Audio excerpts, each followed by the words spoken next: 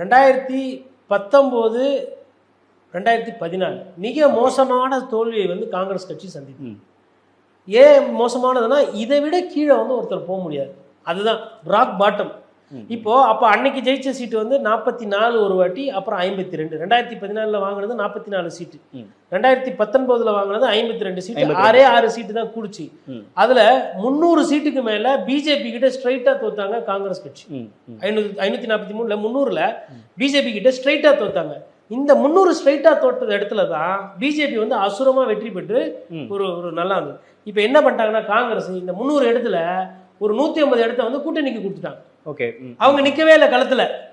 நான் என்னதானே என்ன ஜெயிக்கிறீங்க, நான் நிக்கவே இல்லை. அப்ப இங்க சண்டைன்றது காங்கிரஸ் விசஸ் பிஜேபி அப்படின்னு மாறாம காங்கிரஸ் பிஜேபி விசஸ் மாநில கட்சிகள் மாத்தி இருக்காங்க. தேர்தல் சமிக்கைகள் இதே இப்ப மாத்திருக்காங்க, ஃபார்முலாவே மாறி இருக்கு இந்த தேர்தல். இப்போ வந்து அதிகமான சீட்டு காங்கிரஸ் கட்சி எப்பயுமே நிக்கும். இந்த வாட்டி பாத்தீங்கன்னா 300 சில்லறை தான் நிக்கிறாங்க.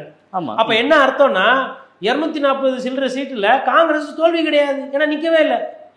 ஸ்ட்ரைட்டாவே டிஃபீட்டை வந்து தோல்வியை வந்து ஒரு 200 தொகுதியில தள்ளிட்டாங்க காங்கிரஸ், போட்டியே போடாம.